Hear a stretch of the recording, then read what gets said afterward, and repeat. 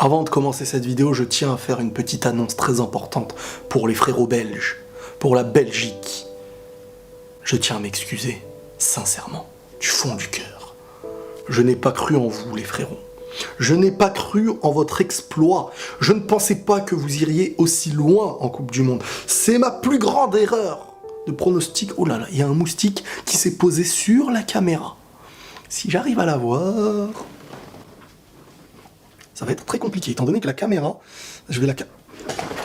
Oui! Non! Oh purée, j'ai cru l'avoir eu. Donc je vous disais, j'ai complètement gâché ce moment de sincérité. Je suis très sincère, je m'excuse les frérots belges. Je n'avais pas cru en vous. Je n'avais pas cru en cet exploit extraordinaire de cette Coupe du Monde. Je vous avais mis comme l'Angleterre qui nous trahissait à chaque fois avec une grande équipe, des grands noms, mais qui ne font pas grand-chose. Je croyais à cette chose-là et je tiens à m'excuser sincèrement du fond du cœur. Bravo les Belges. Il y aura soit la France, soit la Belgique en finale de la Coupe du Monde, les mecs. C'est pas fou ça, sincèrement. Mets-le toi dans le crâne, masse-toi un petit peu la tête. Voilà, c'est fou. Je vais commencer ce débrief par une petite chanson que vous avez tous en tête, j'imagine, à l'instant présent. Neymar, ciao, Neymar, ciao, Neymar, ciao, ciao, ciao, Neymar, ciao. Eh oui, les gars, ils y sont tous passés, hein, ceux que j'aime bien, ceux que j'aime moins, donc je continue la règle. Comme ça, il n'y a pas de jalousie. Neymar, sur ce match, perd son ballon d'or. À mes yeux, il ne le méritait pas cette saison. Mais sur ce match-là, il le perd clairement. Parce qu'il est éliminé déjà de la Coupe du Monde. Est-ce que j'ai besoin d'expliquer autre chose? Sur quoi il gagnerait le ballon d'or s'il devait le gagner? Donc on met Neymar de côté. Et donc Neymar, ciao. À mes yeux, ce n'était même pas le meilleur Brésilien, pour vous dire la vérité. Celui qui a porté le Brésil jusqu'à maintenant, c'est Coutinho. Regardez les chiffres. Regardez les moments de difficulté, les buteurs, les passeurs décisifs, etc. Neymar devenait de mieux en mieux, c'est une réalité. Neymar, sur le coup, il était...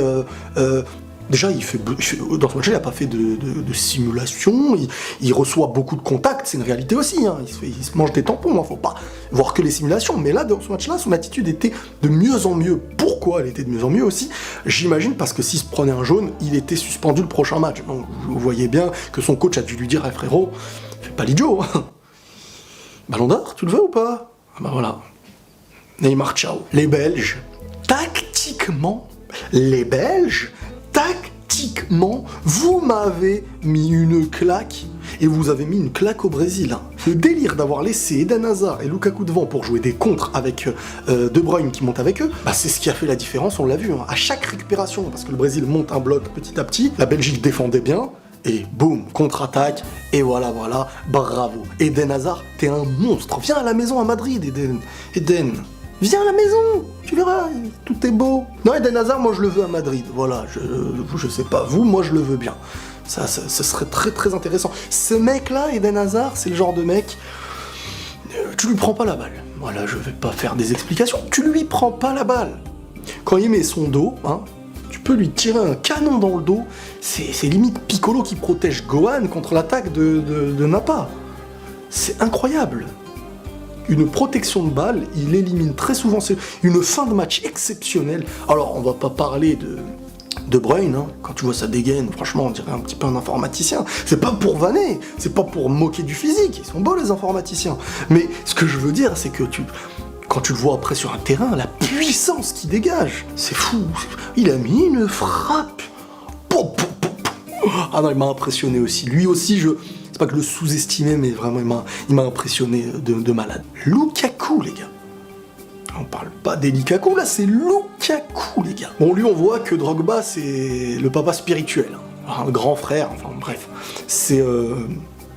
Alors, physiquement, la dernière fois que j'avais vu des choses comme ça, hein, un mec qui cavale et qui quand tu le touches, t'explose comme s'il y avait des mines. La dernière fois que j'ai vu un mec aussi puissant, c'était Adriano. Hein, pour les anciens, les moyens, enfin ce que tu veux. Adriano, hein, dans la vraie vie comme dans PES6, c'était pas un cheat. Non, c'était vraiment lui, il était... Et ben là, Lukaku, physiquement, puissance de psychopathe. Puissance de psychopathe. Le Brésil, là, on va évoquer maintenant un petit peu le Brésil, qui à mes yeux, on le percevait, même s'il y avait très peu de points faibles dans ce Brésil-là, c'est que quand il y avait des attaques, il y a un petit espace entre l'attaque et la défense. Ça, c'était vraiment une faille qui était exploitable à l'époque. On l'a vu avec le Mexique qui contre-attaquait, mais ça a été encore mieux fait avec les frérots belges. J'ai un problème avec Thiago Silva. Je trouve qu'il fait partie des meilleurs joueurs du monde, il est très très propre, balle au pied droit, pied gauche, jeu aérien, j'en dis, on connaît son talent. Mais pour ceux qui comparent très souvent avec Ramos, en disant par exemple que Ramos ne défend moins bien parce qu'il se fait plus souvent éliminer, je dirais que c'est Ramos qui va très souvent au duel. Parce que c'est ça, à un moment donné, quand t'es le taulier de ta défense, il faut que tu te sacrifies. Si tu récupères ta balle, tu repars, tu remènes ton équipe physiquement. Thiago Silva, c'est trop un joueur qui recule son bloc. C'est ce qui lui avait été reproché lors de la remontada contre le Barça avec le PSG, ne l'oubliez pas. Rappelez-vous, c'est pas moi qui le dis. Et autant je kiffe le joueur, son attitude et tout, il est exemplaire, autant il ne porte, à mes yeux, il est pas assez taulier dans ces moments-là où il faut se bagarrer, quoi, j'ai envie de dire défensivement. Même à un moment donné, Paulinho, dans le match, il se retourne, il les regarde, il leur dit hey, les gars, on monte ou vous voulez pas vous faire dribbler, vous avez honte que vos potes ils vous regardent. C'est donc à mes yeux pour ça aussi que vous le verrez très peu dans un duel. Et puis, combien de fois vous l'avez vu jouer un duel, récupérer un ballon et monter comme ça? Très très peu, à part les duels aériens, etc. Très très peu, parce qu'il ne les joue pas, il recule et il compte sur un retour, un repli qui se fasse. Mais les Belges, franchement, l'exploit, il vient de chez vous, là. Parce que le Brésil, quand même, offensivement, c'était fou. Meunier, qui a très très bien tenu, Neymar aussi. Meunier, tu dors pas, là. Ah non, franchement, Meunier, bravo. Bon, t'es pas à l'abri de te manger un petit crochet quand t'as Neymar, c'est sûr, mais c'est collectivement, défensivement, il l'a quand même tenu, il lui a récupéré plein de ballons en 1 contre 1.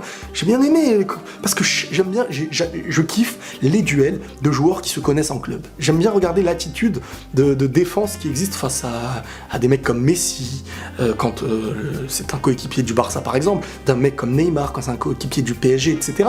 Et tu vois un peu comment ils déstabilisent par habitude en connaissant les points forts et les points faibles de leur adversaire, mais dans l'inverse, c'est pareil aussi. Par exemple, le match de la France, Suarez, Umtiti, tu voyais que Suarez allait très très très vite au pressing parce qu'Umtiti n'est pas le plus à l'aise techniquement quand le ballon est à mi-hauteur, par exemple. Et c'est super bien pour analyser ce genre de situation. Sinon, Eden Hazard, franchement, moi, Eden Hazard, alors l'homme du match, c'est compliqué d'en donner un, mais Courtois, hein, toi, oui, c'était un goal de malade, il mérite peut-être l'homme du match. Franchement, c'était...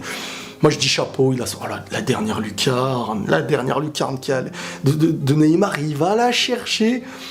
Par contre, des fois, il a des tocs un peu bizarres. Il fait des... Je me dis, qu'est-ce qui lui arrive? Il est envoûté ou quoi? Ah, c'est vrai, regardez bien les corners. Je sais pas si on le verra contre la France. Dès qu'il y a des corners, il est là. Il lâche des trucs comme ça, tu te dis waouh, vous êtes pas tout seul. Non, mais bon, peut-être ils se concentrent, tu vois, comme les boxeurs, tu vois, quand ils font comme ça et tout, je sais pas. Mais ouais, je remarque très souvent les petits détails comme ça me fait rire. Mais bon, chapeau, hein. La Belgique défensivement, les contres, le système était parfait, avec des mecs devant, quand ils mettent leur dos, tu leur prends pas la balle. Eden Hazard, franchement, il m'impressionne de plus en plus. Pour moi, dans ce match-là, le duel Eden Hazard-Neymar, il s'est soldé par la victoire de la Belgique, donc forcément un peu plus, on va dire, à Eden Hazard. Mais Neymar s'est quand même fait prendre énormément de ballons dans les pieds, beaucoup plus de gâchis aussi. Je dis pas que Eden Hazard est meilleur que Neymar, faites attention, hein, je ne dis pas, faites, regardez ce que je dis, regardez ce que je dis pas, voilà, on va se calmer. Certes, je pense que Neymar fait changer plus facilement un match individuellement que Eden Hazard, mais Eden Hazard aussi, faut pas le sous-estimer, voilà. En plus, bon, c'est un futur de la maison madrilène, j'imagine, normalement, enfin j'espère. Donc voilà, je lui glisse un petit peu de mérite, parce que c'est une réalité en plus. Bref, chapeau les Belges, vous avez éliminé le Brésil, vous pouvez éliminer tout le monde, j'ai envie de dire. Mais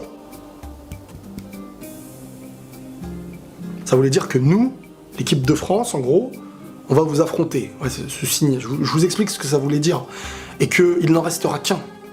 Mais ce sera dans la paix. Oui, soit la Belgique, soit la France en finale. Ça va parler francophonique. Prenez tous soin de vous les amis, et la paix sur vous.